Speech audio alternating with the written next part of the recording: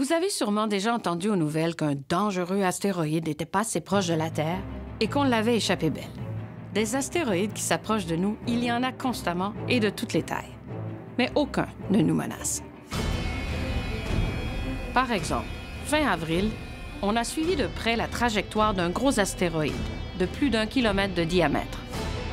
Son nom, 2001 VG5. À la télévision, quand on montre son orbite par rapport à celle de la Terre, on a l'impression qu'il nous évite de justesse.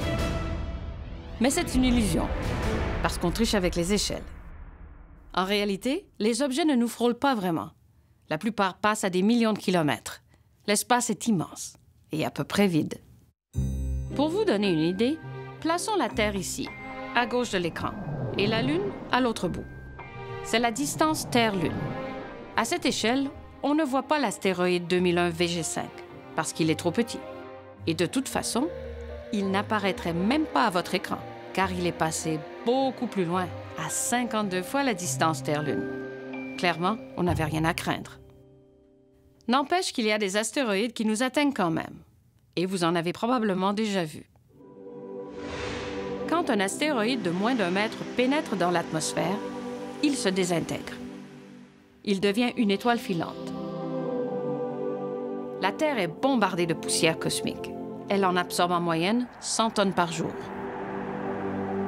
Pour qu'un météorite atteigne le sol, il faut qu'il mesure au moins 10 mètres d'envergure. Mais c'est très rare.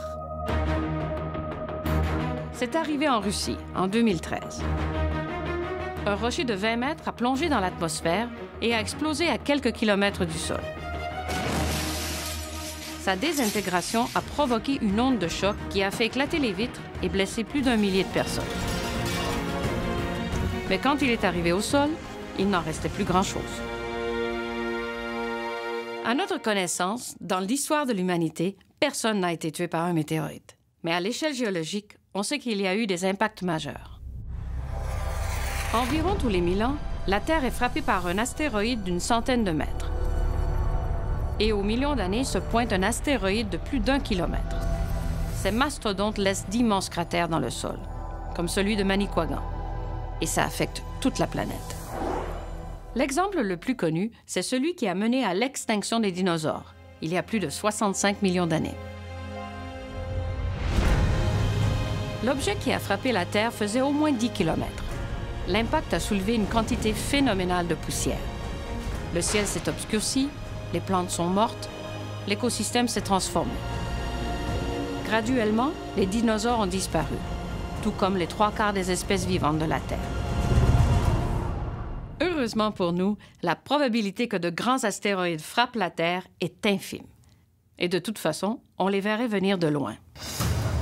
La NASA a mis sur pied un programme pour détecter tous les objets de plus d'1 kilomètre qui passent près de nous. Si un astéroïde fonçait droit sur la Terre, on le saurait des années d'avance. Et on aurait le temps de réagir. Bonne nouvelle. Pour les 100 prochaines années, on peut dormir tranquille. Il n'y a pas d'astéroïde de fin du monde sur les radars.